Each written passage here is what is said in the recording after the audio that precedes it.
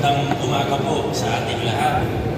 Some of you, including the people at home watching, may be wondering why we have such special guests this morning. And the simple reason for that is that what we see here today in the Innovation for Circular Economy, or ICEHub, and not only with the structure and the facilities within the structure, but our programs pertaining to solid waste management and works in circular economy could not have been possible by our efforts alone. The people here, the stakeholders here, and the different agencies and governments represented here have played a tremendous role in making all of this possible. Kaya sa ating mga bisita, to our guests, I shouldn't call them guests, but really our partners and to our friends, maraming salamat po sa inyo.